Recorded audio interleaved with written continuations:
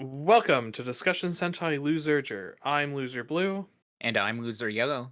and this is a podcast where we talk about the newest episodes of Kamen Rider and Project Red. This week we're talking about Kamen Rider Zeztz, episode 27, and Gavan Infinity, episode 6. We always start with Rider, so Yellow, give us your thoughts. 27 Rider.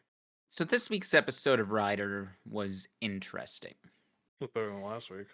It was a lot better than last week. It's not a clip show, and that makes it so much better. And it's now starting to set up a lot more of these late series questions and threats with the arrival of our new rider, Kamen Rider Dawn. He's a badass. He is very strong and seems to be the most threatening threat that the series has had so far.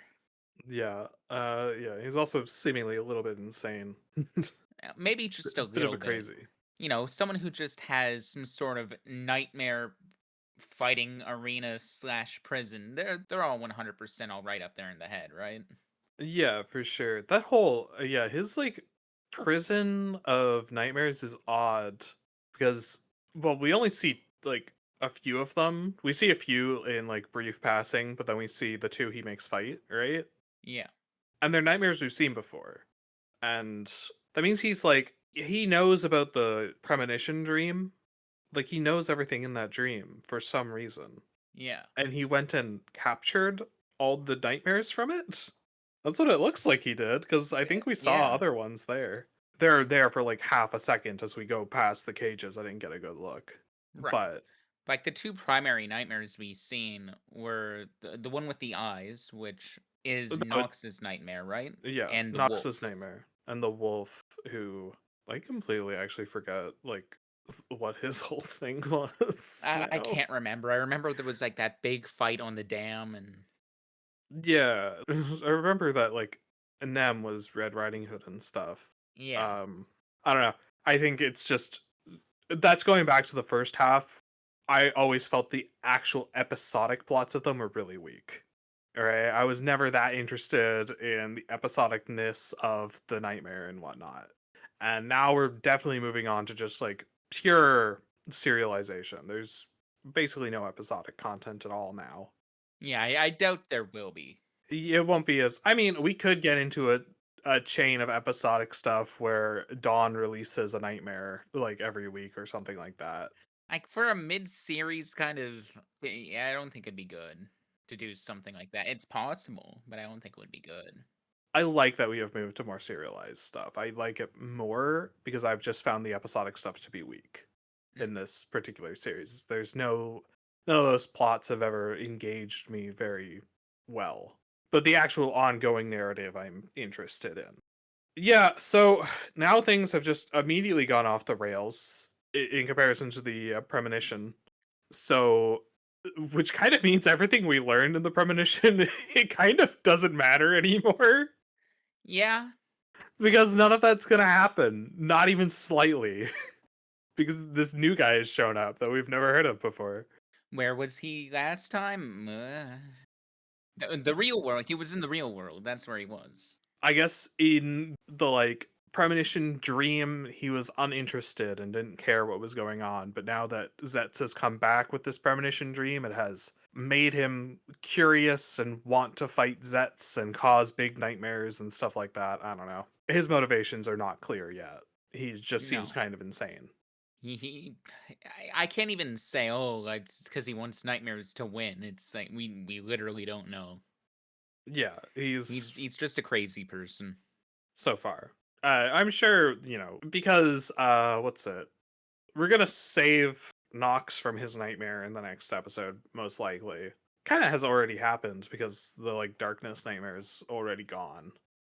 Right. But like Nox is gonna wake up and he's gonna explain maybe who Sieg is. One would assume. But when Sieg destroyed the nightmare, it turned into a red butterfly, not a purple butterfly, so it's different. Was it a different color? I didn't notice. It was a different color.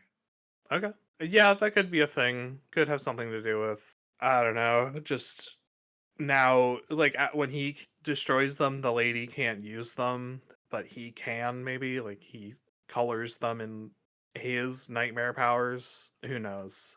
I mean, I do have a pretty like I want to say obvious speculation as to what Sieg is, and that it's a Zeztz prototype, right? Like it's a Right. failed Zeztz, basically. They tried to do whatever they were doing with Zeztz on him, and he got consumed by nightmares and went crazy. Something like that. That's a pretty obvious way they could go, and it'd be fine. I don't have a problem with that. Oh, yeah. But is he agent number 1? Because I believe that's the only number we don't have is 1. Yeah, we don't have Agent One, and it could be. It wouldn't surprise me if he was Agent One. Because they're setting up all this stuff with Code Somnia. They brought it up for like the 3rd episode in a row, and next episode we're gonna get the payoff to that, is what it's seeming like. Yeah. And Somnia, Insomnia, permanently dreaming, or permanently awake. I don't know. Well, Somnia would probably lead to permanent sleep, not Yeah. because insomnia Oh, is yeah, not yeah. sleeping. I would say he's either Agent One or Agent One will be the threat that comes in the final quarter. Because each quarter likes to introduce new threats. Dawn is clearly this quarter's threat. Yeah. So if he's not Agent One will show up in the last like 12 episodes or something like that. But yeah, no, so this episode definitely sets up the pipeline to get Nox on the good guy side, just full good guy Nox. Again, it still feels a bit weird to me. I don't know. Just like, sure, he hasn't actually done anything bad yet, but He literally did nothing wrong. Like, it's just actually, like, he hasn't done anything. yeah, he hasn't done it. I understand that. But I feel like there needed to be more of like an arc to like move him there. And it could still happen. We could still get more of a Nox character arc. Because right now he's been effectively reset to episode one's Nox, just with some Yeah. knowledge of the future. And episode one's Nox was still a villain. Like he was still Well, on the yeah, villain but team. like his whole motivation was, Code bad. The darkness and dreams. You don't understand. Yeah, I don't know. He's just I feel they need to justify it a bit more. They need to have him like do stuff. A big thing they need to give him is his driver back. He needs to Yeah. be able to transform into his like shadow rider form thing. It's in the opening, so he's obviously getting it back. And obviously they weren't going to get rid of it. That would be stupid. No, back to the night system. I mean, if they used Night for like an episode, that would make sense. But we'll Just see. to like get him in a suit quicker. Something like that. But yeah, because he gets that like from the lady, I believe, something like that. Yeah. So something needs to go on with that. In any case, I'm interested to see where it goes. Of course. And the lady knows that Nem must avoid Sieg. Because Sieg must be some sort of threat to the lady and her goals, or Nem as a person as well. Yeah, he's become a third force in this conflict where we have Code, we have the lady, and now Sieg is like this agent of chaos that shows up, and both sides don't like him. Yeah. Which is why Code offers a truce with Baku. Baku doesn't take it. Good for him, I guess. Now, I'm going to theory craft for a moment here. Sure. So right now, we have that book from like episode 2 of the 4 elements, whatever they were. And now we have essentially what is 4 different factions, being Code, the Lady, Sieg, and Zeztz. Is that going to play into anything? Maybe. Maybe not. Who knows? Maybe. I feel that would make more sense if we had 4 riders that each used one of the like elements, quote unquote Yeah. elements. But we don't have that. Zets uses all of them, and no one else really uses any of them. They all use weird stuff. Speaking of Zeztz using his elements, he C2'd some of his capsums. It's a gotcha mechanic. He The upgraded them, capsums like- have dupe protection. If you get a duplicate of a capsum, it actually upgrades your capsum, thus encouraging you to spend more money on them. Yeah. You hear Curses. that, people? Just go to the store, buy yourself more capsums. This is what Bandai and Toei want. I mean, I guess it's a way to justify like Zet space forms randomly getting more powerful. It just feels completely unnecessary because sometimes just the power levels in these kinds of shows are wildly inconsistent anyway, right? Yeah. So we don't need an in-universe justification as to why Impact is really strong in a particular fight or something. It could just be that Baku is like in the zone and trying really hard. Like it just needs to fit the narrative. It doesn't have to have a particular in-universe explanation. The capsules get stronger. Will we ever see this happen again? I don't know. Yo, but what if he just keeps pulling capsums in his spare time? Like every episode, we have like that section where he's pulling capsums, and he's like, "Yeah, I can make recovery stronger. Now I can resurrect people." Actually, no, you don't understand. Baku, he got to bring all his stuff from the premonition dream with him, right? Yeah. He's still in a premonition dream, and he's gonna be in one repeatedly, like forever. He's gonna loop thousands of times and upgrade all his capsums, even plasma, even catastrum, like Oh yeah. hundreds of times. Because there is no real world. It's all dreams. Oh man, that's a that's a theory. It's a terrible theory, and I hope that's not true.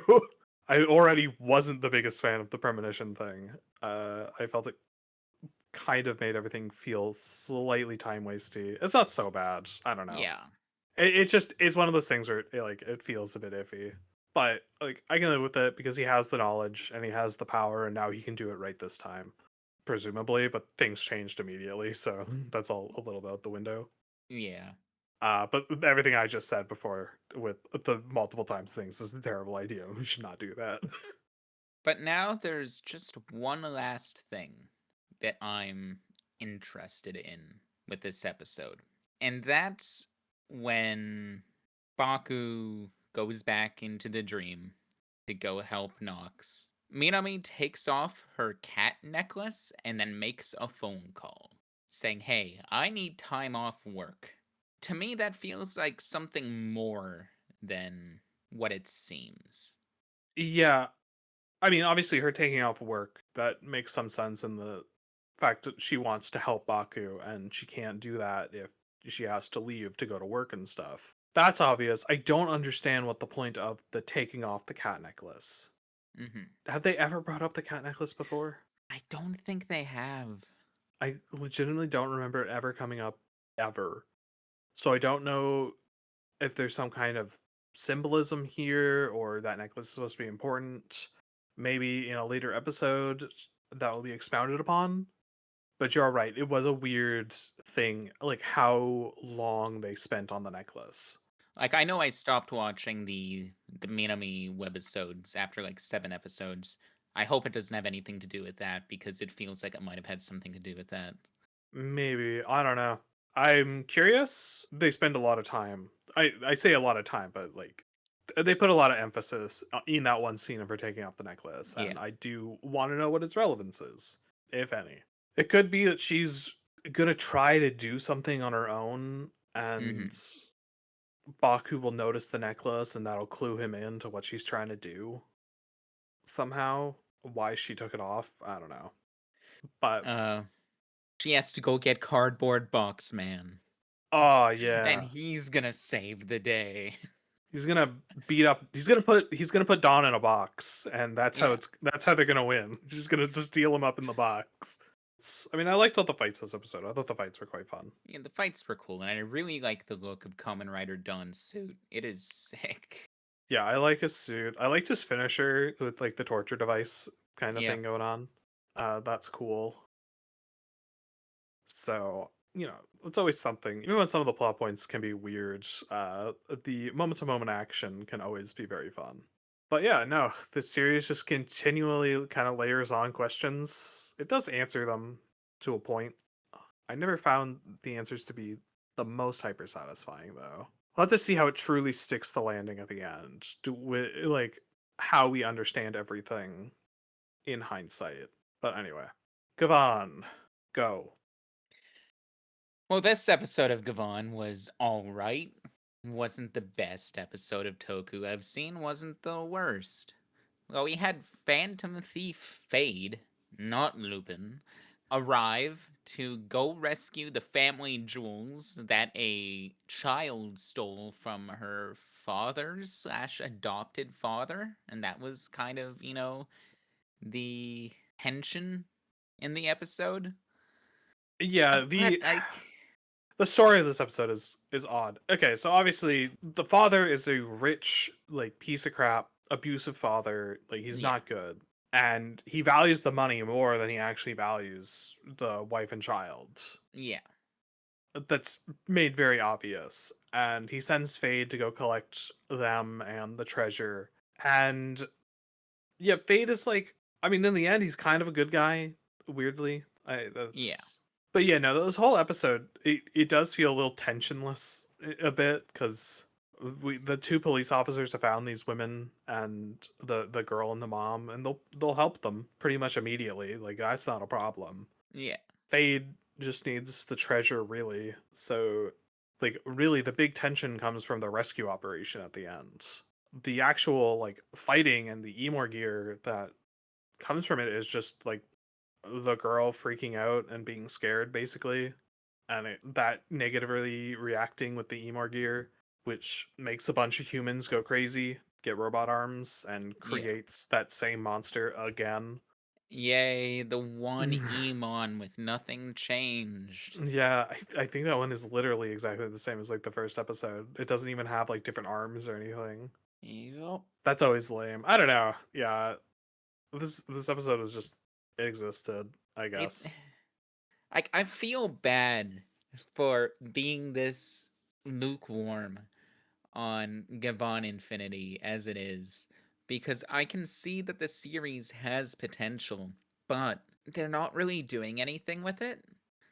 Like if you really look at it, we're 6 episodes in, which isn't a lot, but we still have to have some sort of rising tension or actual threats to show that our heroes are competent and are cool, or sell them toys. But I don't know, the Emor gears are just kind of around. They don't really do much other than make little noises. Yeah. The first 6 episodes have been, I don't know, it hasn't really set up anything. Like, Yeah, well, it's set we up Black Gavon, which we're gonna see more of next week, but well, no, next episode is gonna set up, Death Gavan. yeah. So far, he's just existed, and he is apparently giving out Emor gears, but we don't know anything about him. He just exists. They haven't set up, like, what his character or motivations really are yet. He Mm-hmm. just is a force that we know is evil. I have some high hopes for next episode because it's about Death Gavan. Like, Yeah. it seems to be focused on him, which means the plot might actually start. Because it doesn't feel like the plot has really started. It's mostly that we've had some pretty minor cases, basically. And, they solve and they are mildly fun. It's not like I dislike the characters. They're fine. I like Bushido, I like Luminous, I like Infinity. Yeah. They're fine. I have no problem with them. They just haven't really gotten a chance to really do much to really let them shine, I would Mm-hmm. say. And again, it has no plot yet. There's no plot in this show yet. No, like, even though Infinity was on the same planet as Luminous, like, they didn't really work together. They just kind of fought in the same area. Yeah. Like, yeah, Infinity and Augie brought the Gavarion that they used as, like, a crane to rescue the little girl. And they couldn't have done that without Infinity being present. The girl just sort of fallen off a cliff and died. A Honestly, tragedy. the cliff thing was always kind of weird because it was down there on the cliff, and prior to the robot landing on the cliff, it looked like it was fine. Yeah. It didn't look like there was an immediate danger. You probably could have, I don't know, called in a helicopter to come and get them, right? Yeah. Did you need to send the giant robot down? It's what destabilized the shelf. Yes, you always have to send the giant robot down because the giant robot's cool. Also, how tall is that cliff? Jesus. It's such a tall cliff. This robot's like skyscraper size. Yeah. That felt kind of weird. I was like, it seems like she's safe. Can we just deal with the like Emor gear stuff? Then I don't know, send a regular rescue team to get her. They didn't set up a proper ticking clock. They didn't No. like set the machine on fire and it's going to explode soon. Or, it should have landed and they're doing, oh no, the shelf is going to destabilize because it landed so hard. They should have Yeah. said that before they send the robot down, just to create some kind of ticking clock to save the girl. But they didn't. No, the girl would have been fine until they were able to successfully use the crane. Yeah, I don't know. I could maybe be okay with the show having very little plot if I felt the individual episodes and the crimes that they're solving in the episodes to be more interesting. Yeah, I'm thinking of Deca Ranger, which you haven't really watched, but I have. Deca Ranger right. barely has a plot. Like there's not a lot of true plot. There isn't like an evil organization. Really, it's mostly just a variety of criminals show up and do things. There are like occasional plot bits that whatever, it doesn't matter. But I found the individual episodes and the individual cases to be a lot more interesting in that show than what we've had so far in this one. And thus I don't mind that I felt that show is very plot light. These are not doing it for me so far. No, Again, the plot seems to be starting next episode, and I have hopes for it. I really hope it does well. the plot almost started this episode when Reiji and Kiki are like, "Yeah, I look forward to working together. You're my homie." And then Koto got incredibly jealous and is like, no, none of this. I'm her friend. Get out of here." I mean, there's some kind of special meaning to the weird okay sign by the cheek that they had. Reggie doesn't know what it means either. That's like the joke of it, is he doesn't understand the significance of it. Anyway, they just proposed to each other. That's definitely what happened, Oh, right? exactly. That's what that The, is. the wedding sex episode. Mm. Um, It looks like there's no other riders next. No right? other Gavans next episode. I think by and large, we're only going to have those three. I don't mean like no new Gavans. I mean, like, it doesn't look like we're getting Bushido next episode. It doesn't look like we're getting Luminous next Oh, episode. It oh, looks you're like it's like gonna be Infinity incredibly focused. Solo. Exactly. Okay, sorry. When you And said new like, Gavans, I was thinking actual new characters. oh, if whatever. It's To be fair, they shouldn't do the that for ant will sure. show up in like the last episode or something. I mean, I hope the ant shows up in the last episode. That would be good. Like, if they had a bunch of Gavans show up in the final episode or something, the ant was there, that'd be cool. Yeah. Depends on how much they really want to go with having lots of Gavans. They should focus just on the main three and actually flesh them out. I've currently found they are not doing that super well. Like, I don't think I really learned anything new about Luminous this episode. She's still just a very, like, happy-go-lucky character. Like, just a very Yeah. cheerful... The cheerful and quirky nice. scientist. Yeah. I liked what we did with Bushido last episode more. It still wasn't like amazing, but it was better than this one with Luminous. It kind of humanized him a little bit. Yeah, I also showed off his relationship with another character. Yeah, which is something that we didn't see happen with Bushido in his first appearance. So Yeah. at least it's developing his character in that way. But Yeah. like with Luminous, Luminous already had her sidekick there the entire time. Yeah, and their relationship didn't change this episode, and again, we didn't really learn anything more about her as a person. They introduced Fade. I don't know if he's going to be like a returning character. He has that device. It did break, but he said he could repair it. Yeah. That allows him to use Emor gears safely. Like, he's not using it in such a way that's causing a problem. So he can come back. Like, he can be a returning character that does stuff, maybe. Although they already set him up as kind of not a bad person. So Yeah, he that's he it. did steal a jewel before returning it to the man and buy a spaceship for the abused family. Yeah. I don't know if he just stole just that one jewel or he stole all of them. Like, we only see the one.